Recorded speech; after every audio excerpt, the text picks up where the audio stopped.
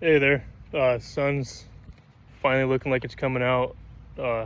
Weather's been a little bit chaotic here. It's been raining the last couple of nights, but um, looks like the clouds have finally passed the sun. I wanted to make sure that I had good sun to both dry the pieces out, help the oil absorb, and display the chatoyance as ultimately as possible. So I'm using pure tung oil for this, the highest quality I was able to get. It's a real milk tung oil, and I have some that's been pre-mixed with orange peel extract. So it's important to me that I keep all of this as natural as possible. I don't want any petroleum products in the finish. I'm trying to honor the material as much as I can. I really respect what the organism was doing that produced this material, and I was able to finish 9 projects while I was out there. I've been up the coast from Shelter Cove at a creek along the Lost Coast. I've been traveling since Sausalito, hitching up the coast, hitching up the really awesome California coastline. And for anybody who doesn't know what it is I'm doing right now, I'm working with an extremely rare and beautiful wood called New Zealand kauri. And I can try to give you a real quick rundown on what this is. It's amazing. This material was in such high demand, and now almost nobody has ever heard of it. So I'm taking it onto myself to do the best that I can to work with it and to tell its very long, layered history, and hopefully be able to drum up enough demand to use this material to help preserve and learn from the old growth ecosystems that we have left on this planet. It was important for me to do this someplace like Lost Coast, someplace that still has that great spirit of all of these different organisms trying and dying together. For those of you who have not traveled in and out of old growth ecosystems, it isn't just a lot of trees. You have a lot of big and small interactions taking place, which is leading to this great resonance of life force, which the Maori referred to as, I think it would be pronounced Maori. That was the Maori word for the life force of all things. And this material here,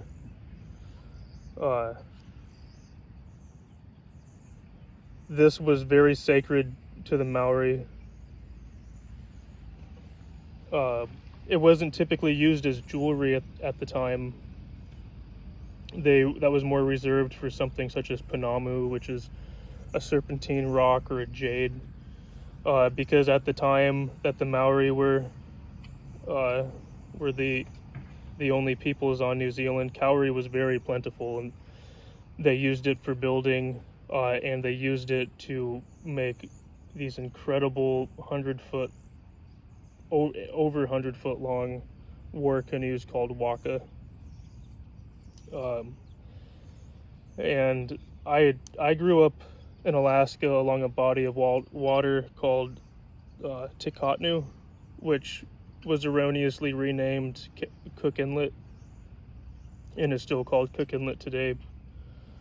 And this occurred on the final of 3 voyages that Captain Cook took across the Pacific, and at the beginning of these in 1769, he rediscovered New Zealand.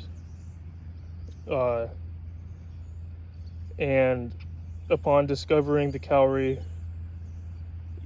he sent back a shipment to England for building the spars on ships. So the spars would be like your masts. Kauri is known for its lightweight, high strength, and its incredible rot and insect resistance. And before I go into actually oiling the wood, this is a point that I think is important to cover. At the time that Captain Cook rediscovered this island and made this wood known to England, England was the naval superpower of the world, one of the major superpowers. And this superpower was based on the naval fleet. And all of the boats at this time were built out of wood. And for anybody who's been a part of wooden boat building in any way, you know that when you're building wooden boats, you are only using the highest quality, most durable, and oldest woods. So you're taking down old growth ecosystems to build these giant ships. And at the time that Cook had rediscovered New Zealand, England and Scotland had already cut down the last of their primordial forests in an attempt to outdo each other to who could build a bigger boat, which is, I don't know if I probably shouldn't get into my opinions on how foolish I think that is, but there was a strong economic incentive to harvest this material as quickly as possible, to be able to help build up naval fleets so that more exploration could take place, so that more resources could be extracted, and that more indigenous peoples could have their land taken away from them legally, as referenced in the New Zealand land courts. There's a lot of really amazing history, a lot of insightful truths in regards to this time in history, the 200 years from when the kauri was discovered by British colonialists to the point that the final 4,000 hectares finally got protected in 1972.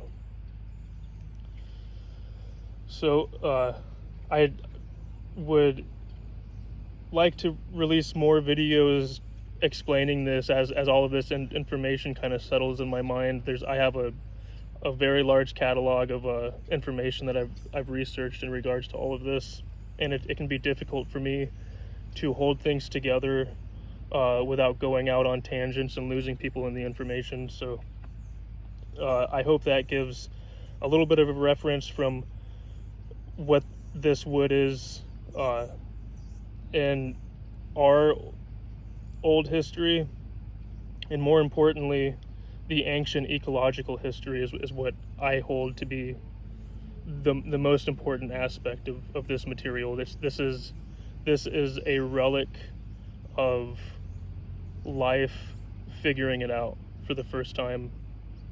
This is Agathis australis. This is specifically New Zealand kauri, and this is not the only kauri in the world. You have kauri in Australia, you have kauri in the Philippines, and you have kauri in Fiji, and those are all really amazing woods. But New Zealand is certainly the king of the kauri. This organism, to the best of our knowledge, the oldest fossil of the family of conifers from which kauri descends, extends 240 million years ago and first set root in Gondwana, the supercontinent of Gondwana. And it began to take shape because of the changing climatic situations, because as these big bodies of land masses are moving around, connecting with each other and breaking apart, you're opening up these new currents that are bringing in warm water from somewhere, bringing it somewhere else, or you're closing off particular wind patterns. And this is really the driving mechanism behind evolution is things change, life adapts to that change. And this is one of the oldest families of conifer trees to ever exist. And what's really important about trees, it's not just the massive amount of sugars that they are photosynthesizing from this sunlight. Say there, buddy. It's also the microclimate that they create underneath their canopy, which leads to the proliferation of other plant and animal life, but most importantly, it creates a safe place for the microbial communities in the soil to develop their abilities in more efficiently acquiring and trading resources such as nitrogen and phosphorus and potassium, and trading it to that tree for the sugar that it's photosynthesizing. So this is creating an economy in the soil. And Marlon, you gotta stay there. And when you go into an area and you cut down the trees, when you clear cut trees and you're exposing all of that soil to the harsh UV rays and the drier environment that now exists because you don't have that canopy cover, you are sterilizing a lot of what's going on in there. The rhizosphere is about a 6-inch layer of topsoil around the planet, which is about as deep as oxygen tends to penetrate into soil. So that's where you have your really high quality beneficial organisms. It's just in that really thin layer, and when you cut the trees down, it gets baked. And when it eventually grows back, you no longer have the potency and the diversity that you had before.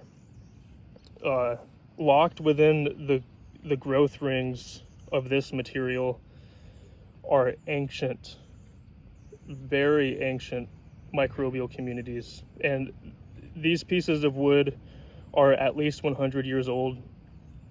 The tree that they came from could be up to 1,000 years old. Kauri is estimated to live up to 2,500 years old. It's a rival of the redwoods. It's not quite as large as them, but it's one of those huge ancient trees that the rhizosphere produced over countless cycles of organisms trying and dying together. And as I've carved this wood and I've left little shavings around, there's potential that these old organisms could come to life and reintegrate back into our biome again. And I don't see an issue particularly with this. We have driftwood. We've had driftwood for as long as there's been trees that have been sharing these microbial communities around the world.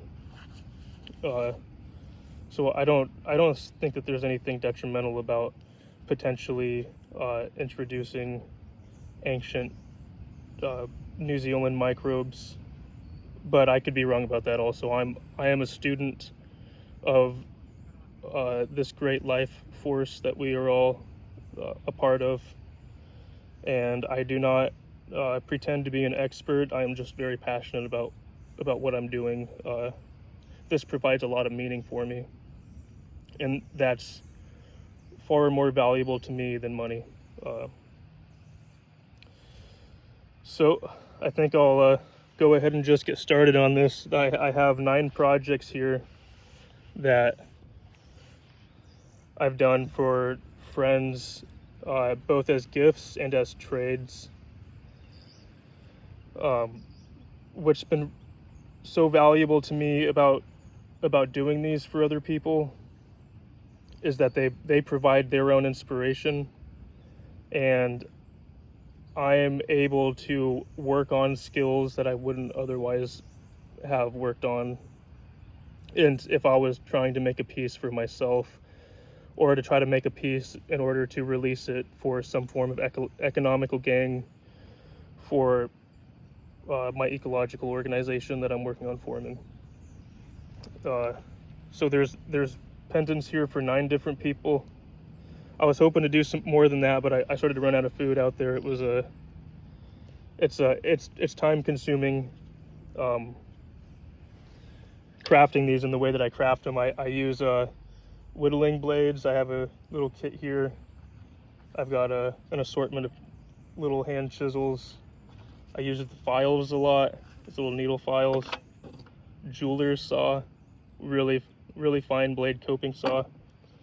I use this pin vise to drill all the holes by hand. And sometimes if I need a circle, I've been using this. This is an antique bronze thimble that I found on this boat. That's another thing I haven't mentioned yet. This all came from a boat that I owned that I took onto myself to disassemble earlier this year. And that's if I start talking about that, I'm never going to be able to get to the oiling. So if anybody's interested in that, let me know, and I would be really happy to give a much more in-depth explanation on how I came to acquire this material. Okay, so I'm going to oil these in the order that I carved them. And this first one is for my really good friend Jimmy Shearer. He's one of my absolute oldest friends. I've been really good friends with Jimmy since he was a freshman in high school. I think I was a junior or something like that. I barely even remember people from that time, but he has a close canine companion just like I do, my dog Marlin, under the table. He has one of the cutest Pomeranians, and his name is Shazam. And Jim had requested that I carve a Shazam logo for him, so I was able to get this done, and I cut it thick enough that I was able to cut it into 2. So he's got 2 of these, which I think is really cool for creating pendants for people and their canines or their felines or whatever animal companion they have, to craft 2 pendants out of the same piece of wood, so that perhaps one can be used as a sort of tag on their canine, and they can keep the other one. This is one of the most resonant woods on the planet. So when it comes to a tone wood for instruments, this is it's those who work with it say that it holds more sustain than any other wood they've worked with in regards to acoustic instruments. I'm not sure about electrics. I'll go into that a little bit more in a minute. But I try to get the surface shaped in a way so that it'll display the chatoyance as remarkably as possible. So I don't know how that's going to look until this oiling process, and but I'll just start going through them now. Hopefully this camera can pick this up well enough.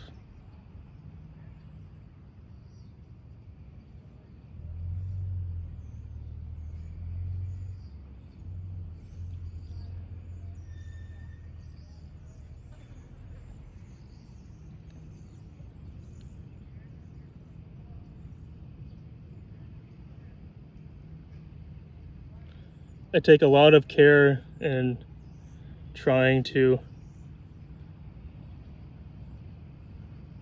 make the piece as beautiful as possible based on the properties of the wood. That's my first goal, is to honor the material. And then second is to honor the shape,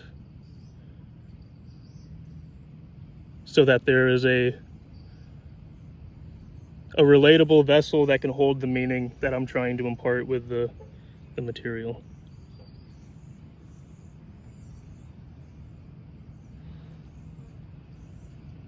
So this still has the oil on it.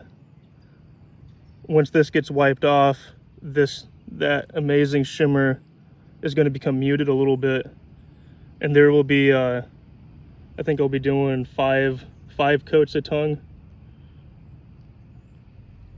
and then on top of that I'm using very high quality shellac and a beeswax buff over that, and shellac. The method I use is I'm doing the best that I can to mimic what I know about finishing world-class guitars, because I'm starting with pendants on this wood, but I fully intend to be moving in the direction of forms of luthiery, making. I'd love to make ukuleles and flutes, didgeridoos, kalimbas, all kinds of things. Maybe even forms of jaw harps. So I'm going to be really excited to do that, but I don't have any kind of a workshop put together yet. I really hope that camera picks that up. It looks really amazing. And this, I've never seen another wood look like this. It has a subtle beauty to it. It's not obnoxious at all. It looks like woods I've seen before, except it's just got this legendary.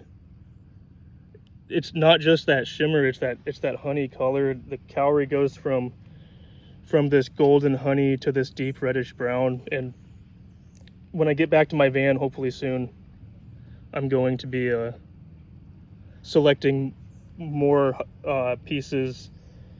I have a limited selection that I could work with right now. But I'm going to move on to the second piece here. This is for a friend of mine named Derek Burleson. And Derek, I knew him a little bit growing up, but I don't think we ever talked.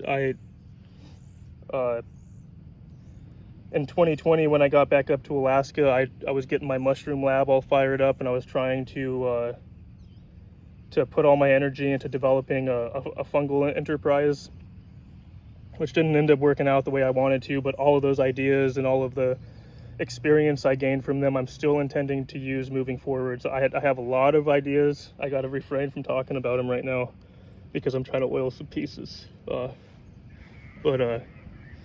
He did a lot in enlightening me towards the importance of the soil, and I had known, coming from my perspective as a mushroom cultivator and an amateur forager, and I knew how it related to trees to a degree, but the soil itself wasn't something I was as passionate about. And Derek, through his passion, helped me understand really what was so important about the soil. And the way I view the soil is that, specifically the rhizosphere, is that's the life force's bank account.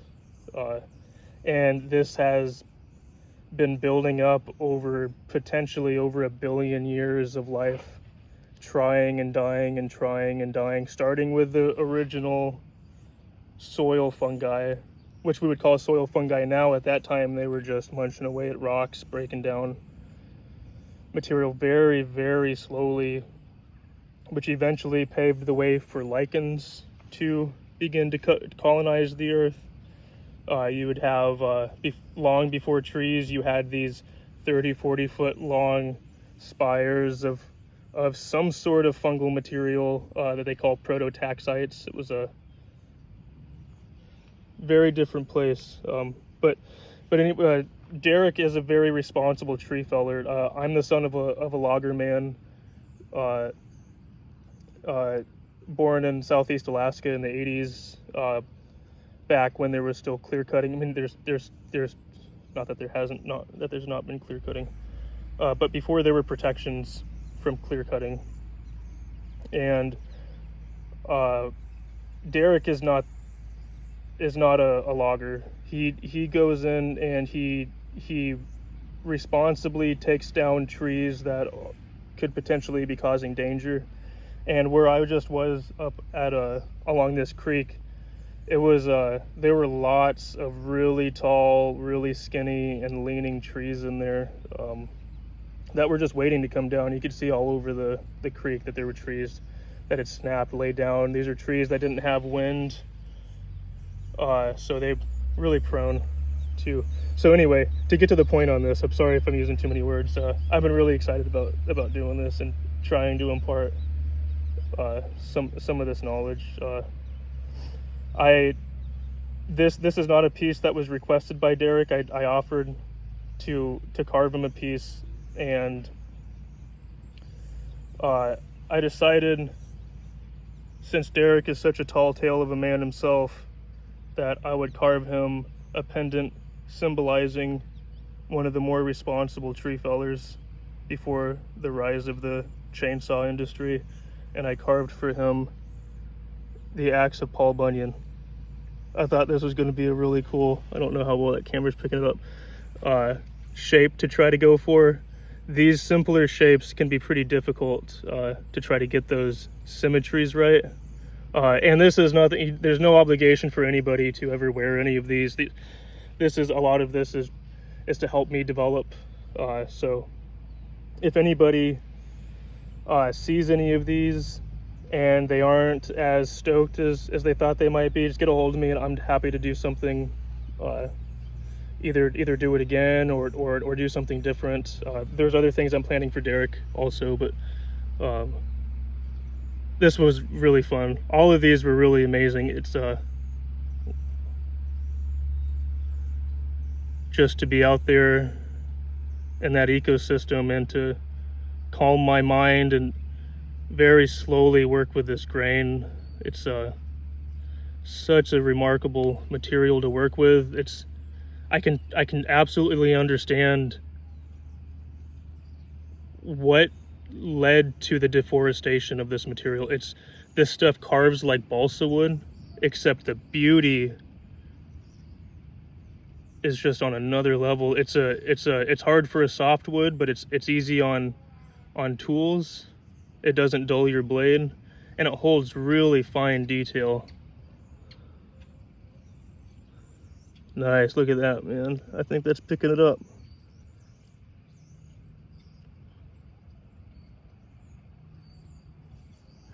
This boat was built by a man named T.C. Watson in 1946, which happens to be the same year he opened his design studio, so it's very well this could have been his first boat. And he's an integral part of New Zealand's maritime history. He was there isn't a whole lot of records from that time. I've been able to read about as much as I can about it. If anybody ever runs across more information, or if I say something that is incorrect, please tell me. I'm doing my best with trying to catalog this information. So yeah, that was for Derek. This next piece is for an actual luthier.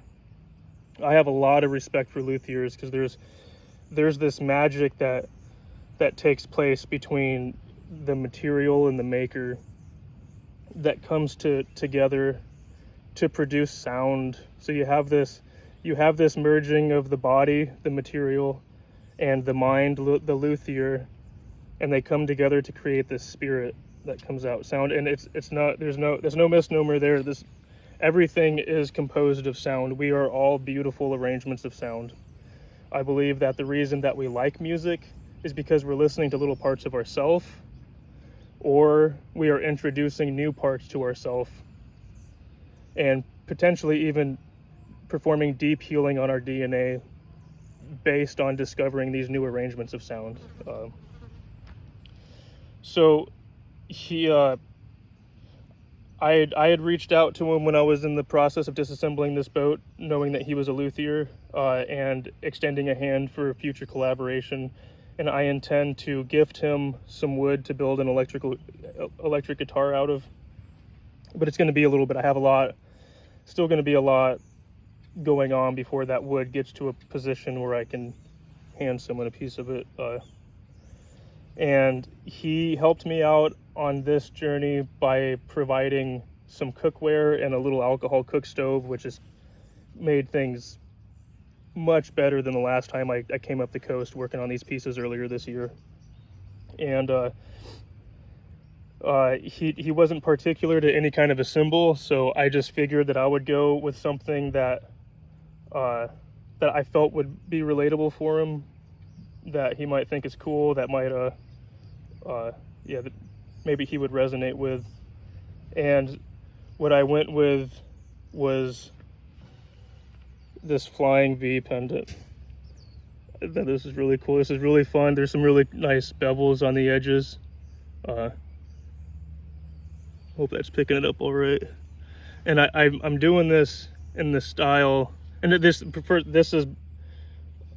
is a pendant. I wasn't trying to make an anatomically correct miniature electrical guitar, because I'm not at a skill level, I think, to impress a luthier. But there's this traditional Maori shape called a kudu. I think it's a Roamata also. There's a guy on YouTube, Campbell Carving. He's done a lot to help enlighten me to traditional Maori pendants. So there's going to be at the top of these, the reason they have that long point, they're going to have a kudu lashing, which I think is really nice. This is my first one that I did, so the other ones will be a little different. But about the upper third, or perhaps the whole neck on this, is going to have a lashing of some kind. I think it looks really neat. So I hope he appreciates it. I definitely appreciated the help that he provided on this. It's been a really tough year since I kind of sacrificed a lot of what was going on in my life in order to do this. And I wouldn't change anything. This is the coolest thing I've ever done. I'm living very humbly right now, and I'm living my best life. This one thing I would say is that this piece is a little different from the others. It has the grain going vertically, and I did that because this is the direction that you would have the wood going in an instrument, and this is why I tried to give this a rounded shape. This is where I'm trying to honor the material, even though that's, the Flying V doesn't have that, but this is art, so it's okay. I'm excited to see what this one turns into.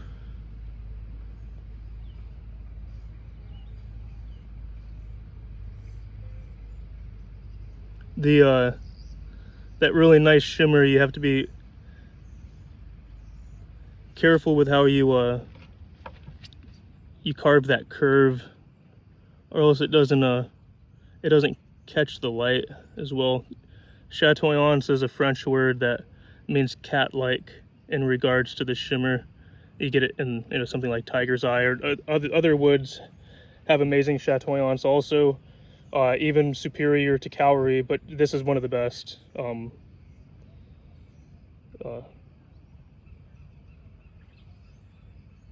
All woods, as amazing as this material is, it's really all woods are amazing materials. Just because there's so much of it out there, I think it kind of screws up the supply and demand, and then people just think, oh, it's just some wood, and it's not, man. Wood is one of the most amazing materials in the universe, and nothing resonates like wood. That's the reason that guitars are built out of wood. There's this resonance profile that is unmatched by any other material. So let's see, kind of got a little bit of lost sun a little bit.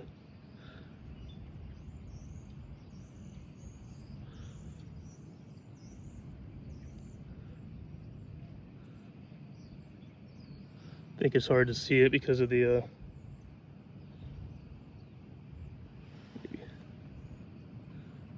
there we can see it.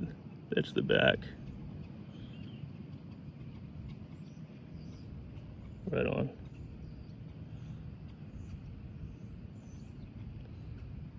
If you guys are seeing any of these things and you have any other ideas for shapes, I'd love to hear it. It's kind of it takes a lot of my mental faculties to be able to hold these things together to pursue a certain shape. So if somebody else can provide the inspiration to me, it's definitely pushes me in directions I wouldn't otherwise go. Now, this next one I have is for a really, really good friend of mine, one of the coolest people I've ever met, and the person who initiated the butterfly effect that led to the destruction of this historical vessel. So Devin Henson, you're also to blame. All all of the wooden boat people know who it is now. But I reached out to his wife Gwen to see if there was any kind of a pendant that, or if he would wear a pendant, or if there was something else I could make. And she had mentioned that he had this lucky tuna that he used while he was gaming, and that it had gotten lost outside, and that he might appreciate it if I carved him a lucky tuna. And that sounded really awesome. So I went ahead and I carved not just a lucky tuna, but the luckiest tuna in the universe. And I think I did kind of mess up my image that I had. I don't think I got the fins right for a regular tuna, but I think I nailed it for the universe's luckiest tuna. And what's cool about this one, I don't know if it'll stand up. I don't know if other tuna can stand up because they aren't quite as lucky. But this guy was really fun. It's kind of silly. I learned a lot on this. I was really thrilled with it. It was cool. I think it has a good little knick-knack charm vibe to it. Looks like there's clouds showed up. I don't know how well we're gonna get the shimmer on these pieces.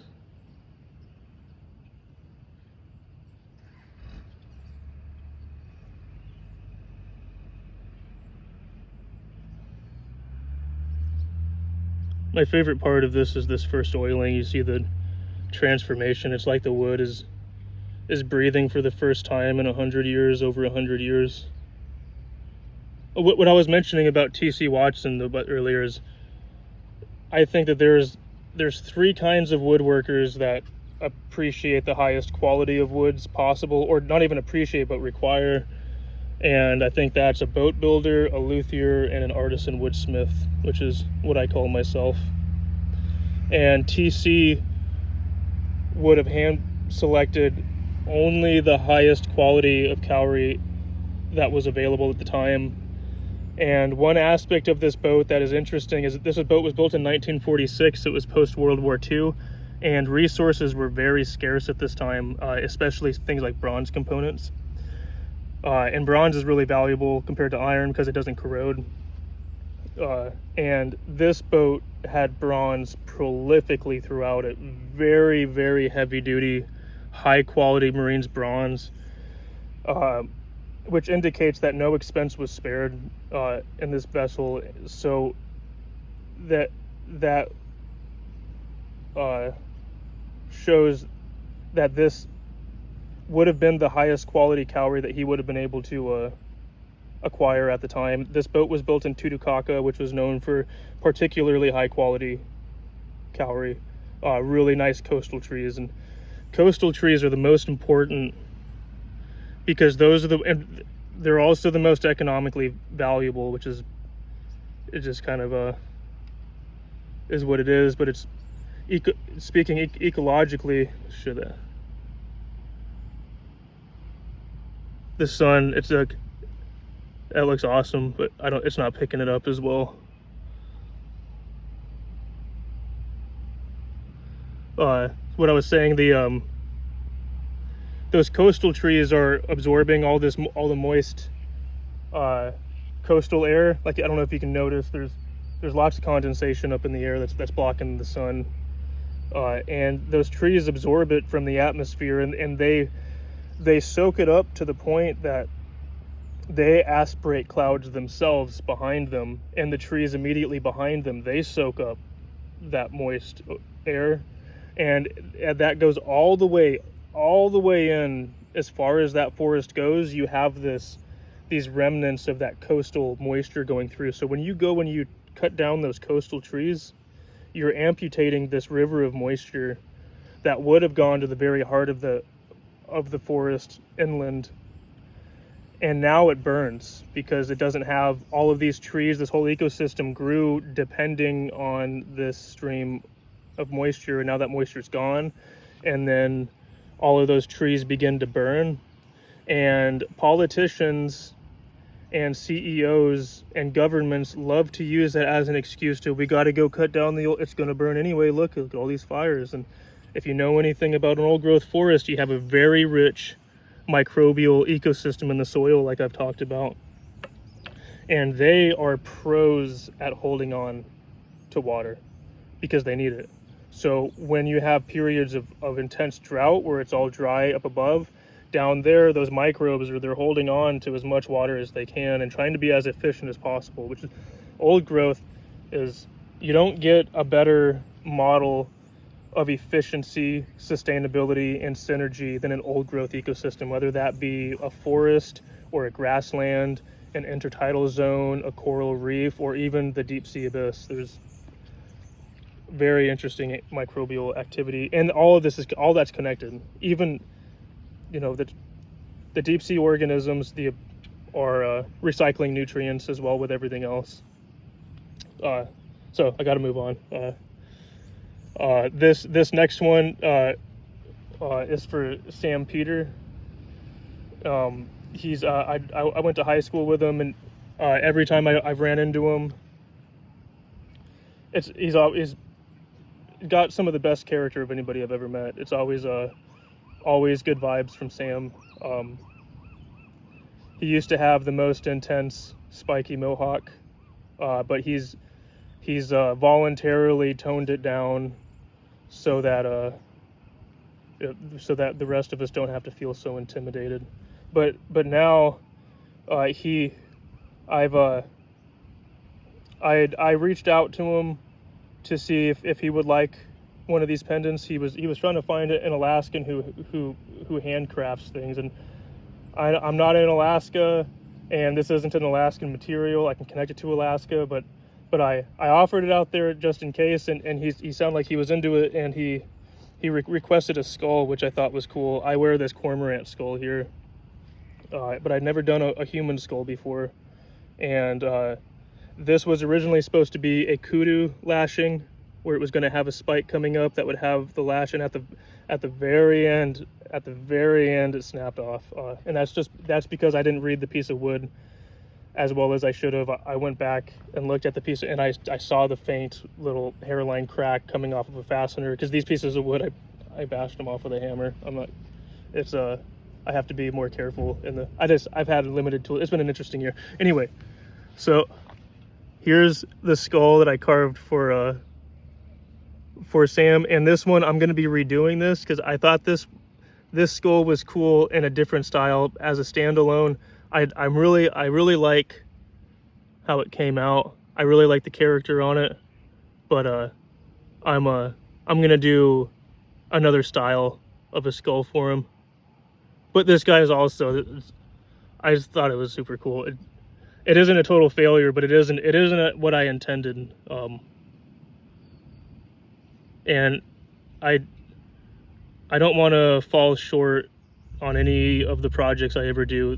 I put a lot of my time and energy into this, and it's important to me that I do the material justice, the shape justice, and that the recipient is as happy as possible, and that I am as happy as possible with everything that I did.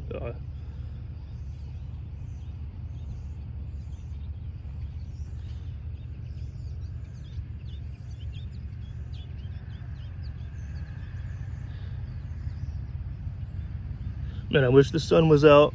You can see the shimmer is awesome, but that sun. This is the coast here.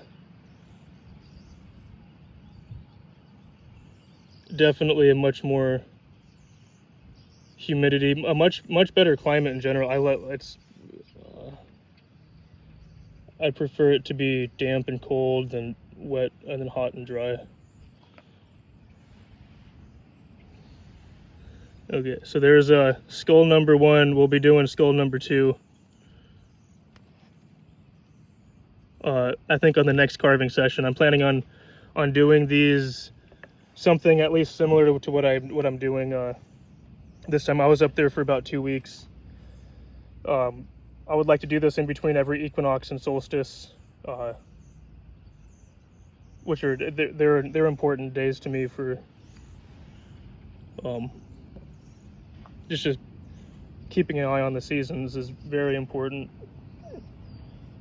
So then the next piece here is for Remington, who is a mutual friend of one of the best friends I've ever had, who unfortunately passed away back in 2015, at the end of 2015, I think. And they're both along with Tyler, they are electrical guitar aficionados.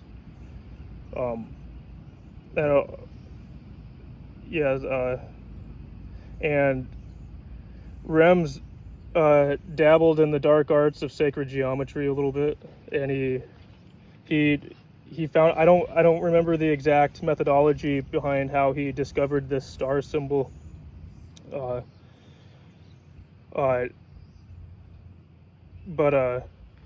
it was super cool to work this shape. It's really trippy, and I'll show you.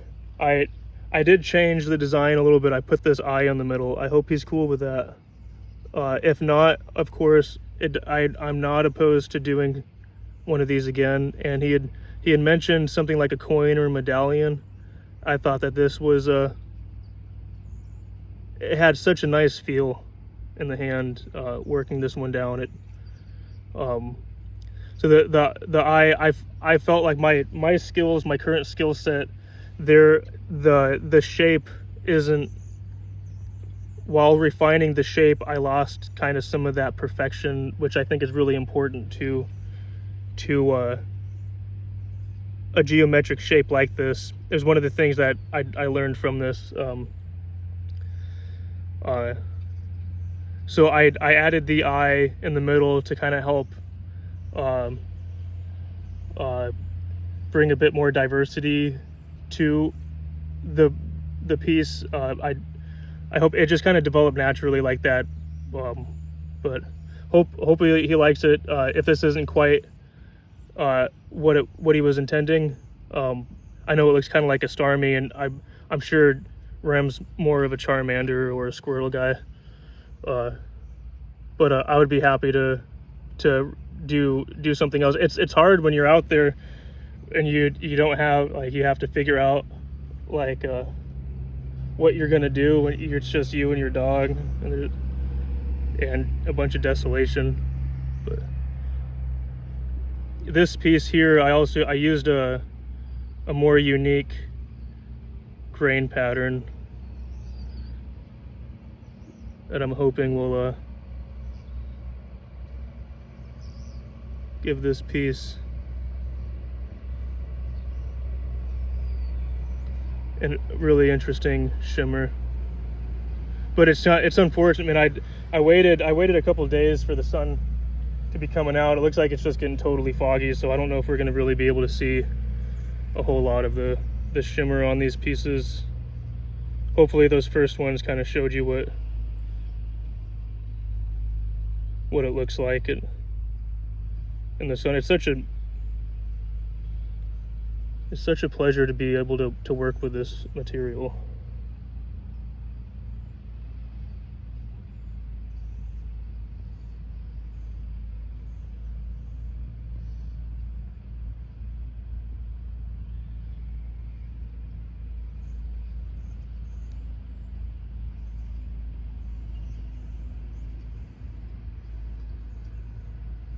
Here we go.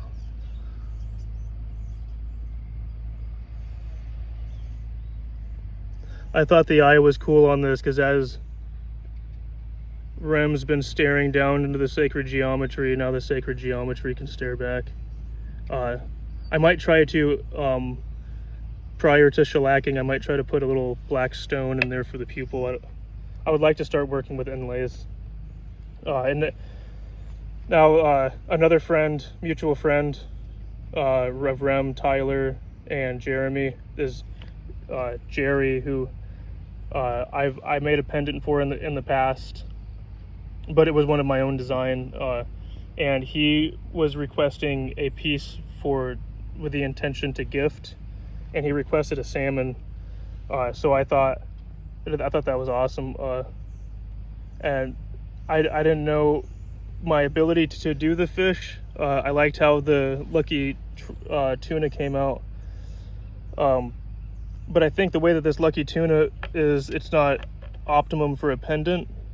So on this next one, this salmon, I tried to make it where it would be more of a kind of a pendantized version of a salmon, where you could clearly make out that it's a salmon, but that a bit featureless. I didn't want to distract the design by trying to put eyes in there or details into the fin. I mean, you can't argue it's a salmon, and I think that looks good as a pendant.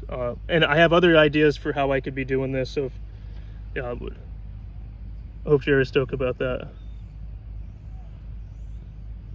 The fish are fun to do. They're really challenging. Definitely need to keep the tools very sharp to be able to get into those crevices. I use the files a lot. Lots of time. And I'm really glad that I'm using hand tools for this, because the material, if I was using a Dremel or other power tools, there's something so satisfying about the way that a sharp blade cooperates with this material and vice versa, and to be there and to feel those little vibrations. Like I said, it's one of the most resonant woods, so to be able to hear the sound and to feel it, and it just goes in like this high density butter. It's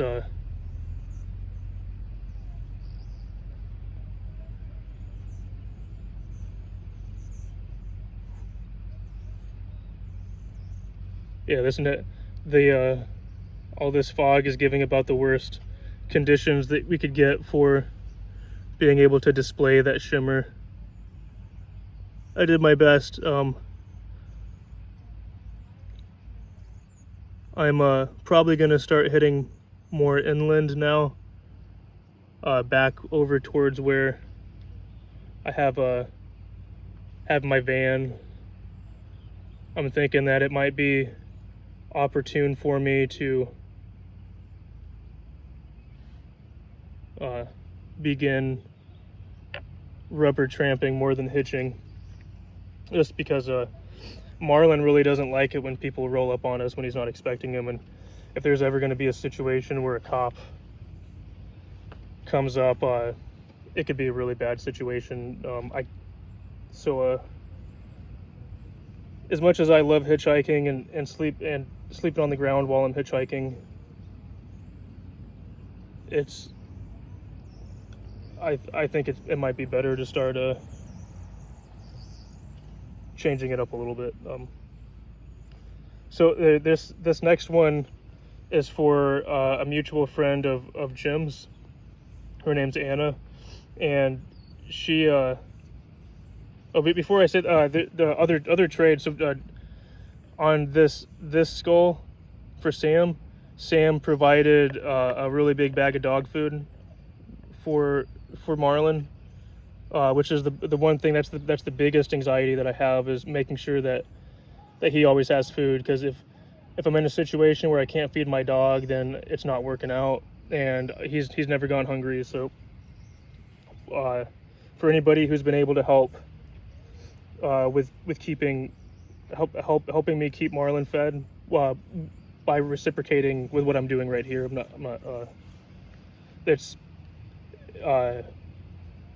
it makes it possible. Here, this one, Rem provided Marlin's backpack so he could carry about a week's worth of food, and Jerry provided a fishing pole, which I think is appropriate for the salmon, which helped feed us as well. And this next one, when I was going up the coast, it took me 2 weeks to get to Fort Bragg from Sausalito, the coast is it's really beautiful. The people are really cool, but you don't make a lot of progress. So by the time I got to Fort Bragg, I was really low on resources, and Anna was gracious enough to provide trades of certain food stocks and more dog food, so that we could make it here to Shelter Cove and then be able to travel up the coast and be able to stay up there for 2 weeks. It was a lot of weight, but very worth it. There's a lot that I've learned about this trip that I think can help me a lot doing this in the future. What I would really like to do at this point is to be able to drive to a location, maybe somewhere like Mount Shasta, up at the Smith River, or the Olympic National Forest up in Washington. Really anywhere. If I could get up into the Tongass, that'd be great. I would really like to explore the South Peninsula more around Seldovia, and be able to do series of pendants like this there. And I had originally offered to try to carve a pine cone for Anna, and I knew that was a bit ambitious, but once I got out there and I was trying to draw the design, that's when I realized I need to have, in order to pull something like that off, I think I have to have a more stable situation with a better sharpening ability to keep my tools at the optimum precision to be able to do a shape like that justice. So I did this piece as a spiral, this is kind of how I was intending to do a pine cone, but the way that they overlap, it was just kind of blowing my mind, and I was so tired that I felt like I'd play it more safe and do this quadruple spiral.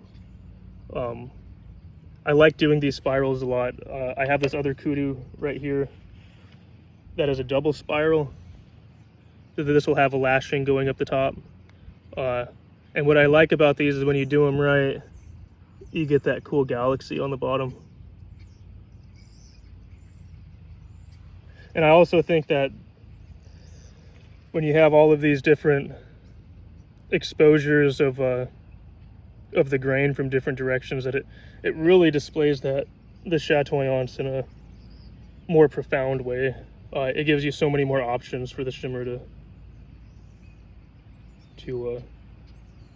and these are very meditative to carve, because it's straightforward. I don't have to I know how to do them, so I just sit there and I do them. And whenever I do any of these pieces, I'm trying my best to hold the recipient in my mind, which really happens naturally.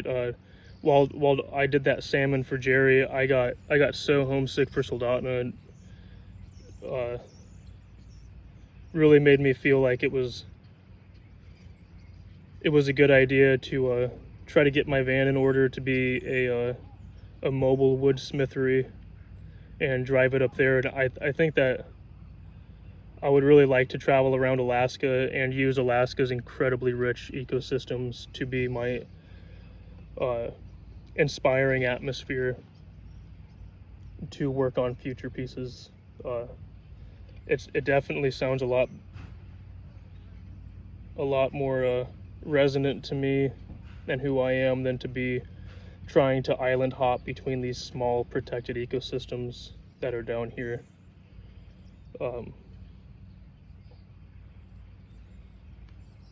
When I grew up in Alaska, I didn't care for nature very much at all. It wasn't until I started to consume magic mushrooms that I was growing, psilocybin, that I really started to find this meaning that I'm working with right now.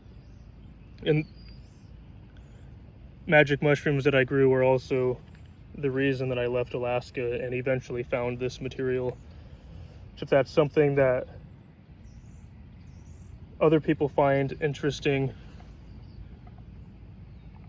and you want to hear more about that, if I haven't already told you too much, if you aren't already completely sick of hearing about New Zealand kauri, if it's not yet, it'll be a matter of time, because I don't plan on shutting up about it for the rest of my life. I like that. Even in this fog covering, you can see that nice shimmer rolling across there.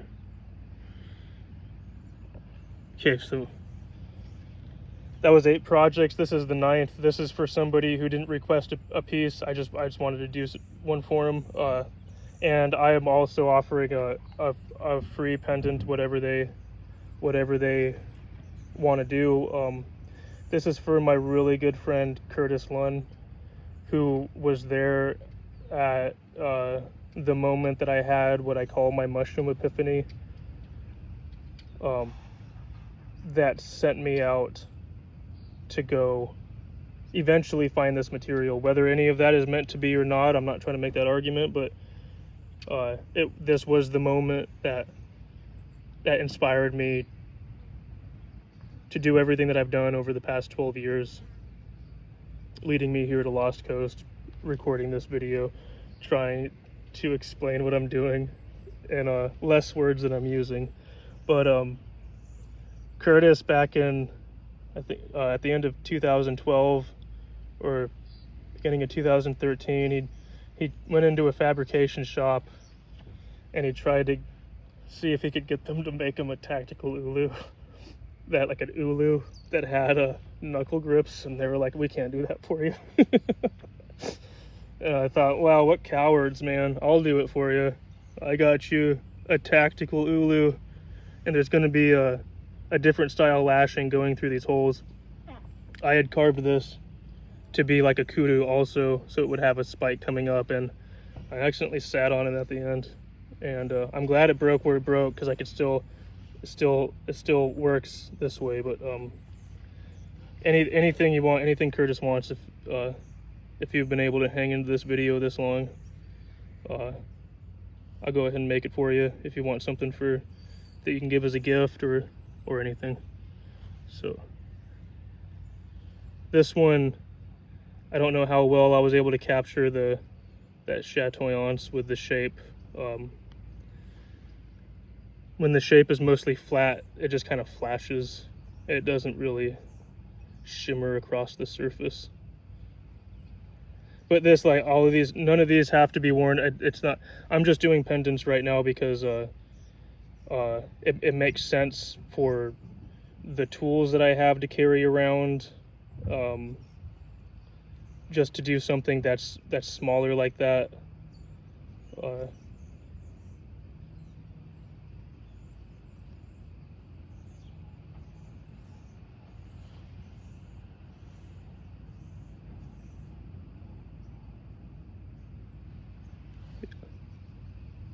Hard to see it. There you go. You can kind of see it like that. I rounded these corners off here a little bit, but it's got a pretty good edge, I think. Not a good enough edge for Curtis. He's the sharpening master. I was almost going to carve him a salmon. I originally was going to carve him a salmon. But then there was these other 2 fish. So if he wants a salmon, I'm down to do a salmon again. Something that he can fillet. Well, I wish the sun was out better, because it's really remarkable seeing these shimmering. So you can see it compared to when I showed you this one earlier. But I feel pretty satisfied with oh, also I have a couple that I didn't carve on this session, but some that I want to show. The hat that I'm wearing was traded to me by Jimmy's brother, Michael Shearer. He's a really good friend of mine. Goes way back also. He's this untraditional man who's succeeded through what seems to be traditional means, and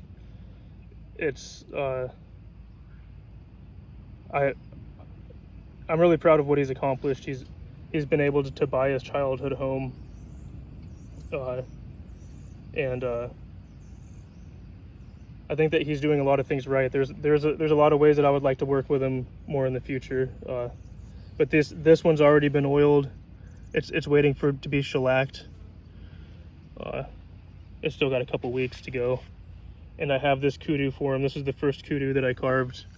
You see it has the hole on the side for the lashing to go through, and And this piece has one of the most amazing shimmers of any of them that I've carved.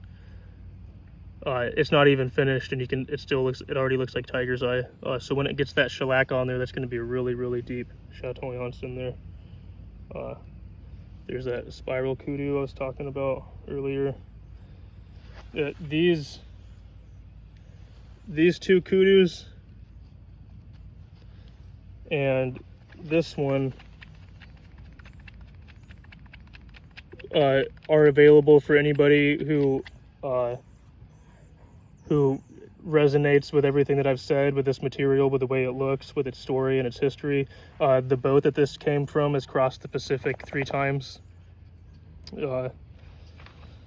So if anybody wants to support me and what it is that I'm doing, I'm walking a bit of a humble, eccentric path right now.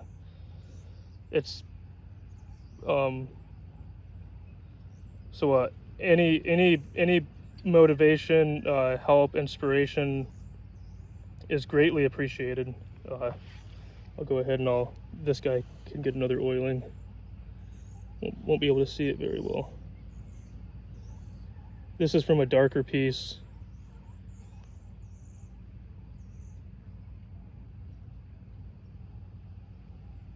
I don't know what it is quite about these kudu shapes and the lashing, but I like them a lot. And it's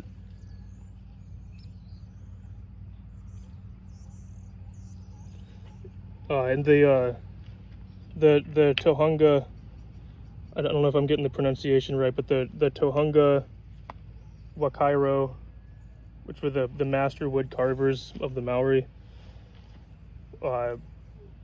they would do the same thing that I'm doing, where they would trade or gift pendants to people. And I've been wanting to kind of keep money out of this and just kind of keep this gifting and trading, but there's aspects where I'm okay with trading for economy and to make it easier to be able to get food. And my next project I think is going to be to convert my van into a mobile workshop. And if there's anybody who's supportive of that idea, if you would like to have a custom pendant or a traditional pendant, either whether that be Maori or a Celtic design, there's some really cool Celtic wood carvings out there. I would be really happy to make something really special for you. And one thing that I really like about this aspect of being a wood carver is wood carvers are our first historians. Long before we started to write down symbols that carried meaning, we carved shapes that carried our meaning. So throughout all cultures, there are people who were doing what I'm doing right now.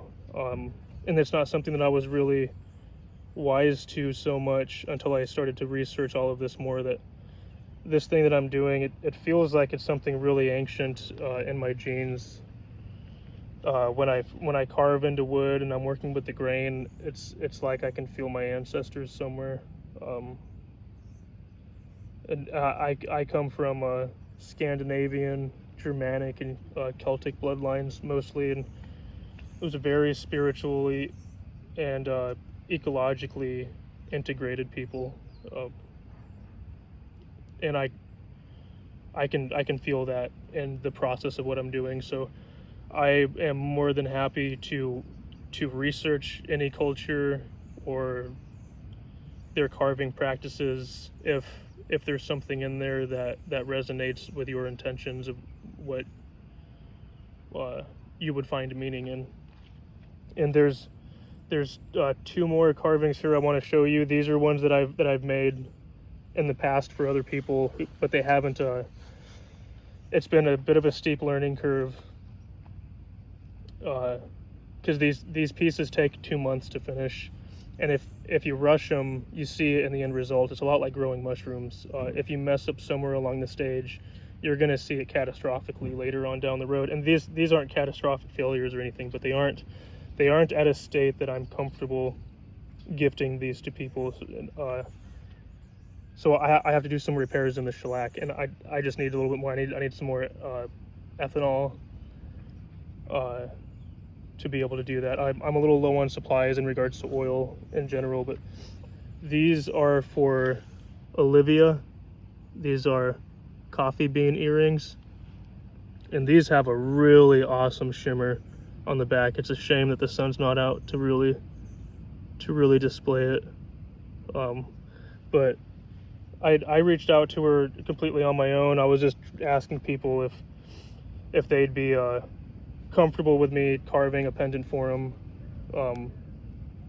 just so I could have some inspiration outside myself, maybe so that other people could be excited about the thing that I'm doing, so that I don't lose my motivation in this. I think if the more that people appreciate this, the more I can be confident that I'm on the right path and that I'm doing something that more people will appreciate, and this can be a stepping stone to something much bigger, which I can go into in a lot more detail further down the road as all of this information kind of settles inside and the intentions reveal the path moving forward. So yeah, these I have to get some more parts to turn these into earrings, but Olivia's always been incredibly passionate about coffee for good reason. It's the best stimulant on the planet, and she was always such a free expression of herself. I think I was always envious of her courage to be such an authentic, rich expression of herself, that it seems that so many other people are terrified to do. We're socially, we're so caught up in trying to determine what it is that we're going to do by looking at our peripherals, at what's everybody else doing, because the last thing anybody wants is to be ostracized. And so many people are willing to be as fake as necessary in order to still fit in. I don't think Olivia's ever been fake. I don't think that she's got that in her. This next one, this is for, I haven't asked anybody if they're okay with me kind of talking about them in these pieces. So I hope that nobody's offended that I'm doing this. But this last one here is for Kim Slater, who is I consider to be a legend of this sauce of the Richardson Bay anchorage, which is another layer of history that I'm trying to pass on with this wood. This boat lived in the Bohemian waters of Richardson Bay for the last 50 years, and there's a lot of incredibly interesting history that has taken place. There's a lot of subversive counterculture icons, maybe not even counterculture, just motivational thinkers and speakers like Alan Watts and the poet Shel Silverstein. There's Sausalito's history. It deserves a deep dive, and it's a series of its own videos, and I would absolutely love to do my part in passing on the history of this place that has done so much for me in addition to all of the others who didn't have opportunity but were able to belong as part of a Bohemian community. And Kim, she lived about as far out as you could get in her boat, her little Cal 25 that she maintained very well. And she would have an osprey come visit her sometimes. And so I carved her this inspired by an osprey talon. And there's a little bit on the end grain. On these earlier pieces, I soaked the end grain a little bit. I don't really know what I'm doing. I'm not a trained carver or a trained artist. I'm just chasing my passions and my meaning. So it's easy at the beginning when you're doing things like this to make mistakes, and I have to fix the shellac on these end grain points. But this piece has a really nice shimmer that, again, it's a shame that that condensation is blocking out the sun. But those pieces I got to get a little bit more supplies, and then we can keep moving forward with those. I also have, if anybody would be interested in this this little hook here, it isn't this is inspired by a Polynesian hook. It isn't quite, but if anybody wanted this as a good luck charm, I can just give this to you. It's got some really nice shapes to it. It's really cool, but it's yeah, I need to do more of those hooks and do them a little bit more proper. I have this outrigger paddle pendant right here that has a really nice shape. If anybody's interested in this, let me know. In addition, I have a piece here that I carved at the Fort Bragg Hospitality House, which is a place that helped me out with some food and showers and laundry on the way up here. Life on the road can get pretty difficult, and the hospitality house in Fort Bragg they're doing so much for so many people there. They're really doing some heavy duty community improvement, all the hospitality houses, and I would love to do what I can to pay homage to the work that they're doing, like, of these unsung heroes. So if anybody's interested in that, let me know. It's this there is a theme to this. It's finding your perfection in free fall. I could explain that more if somebody's interested. And this is the acorn that I've been working on that's still going through its oilings. I can oil it again right now, actually.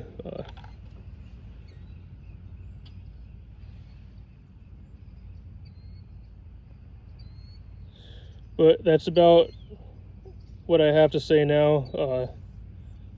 I was trying not to say so many words and go in, but I ended up doing it anyways. So I don't know if how many people stuck around for that whole thing, but I'll do some timestamps for individuals who I did pendants for, or lucky charms.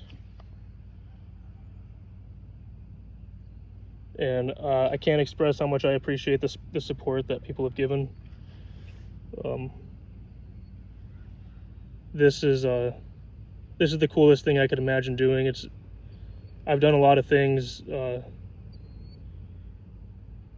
but this is where I'm finding my meaning in life. And I hope that if you don't have meaning in your life, that you are lucky enough to stumble upon the path that brings you closer to your reality, and whatever place in it that you feel like you should be.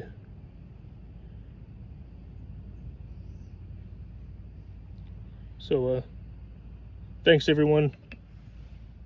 I'll update you when I know more about what's going to happen next. I have no idea what I'm doing now. But cool. Take care.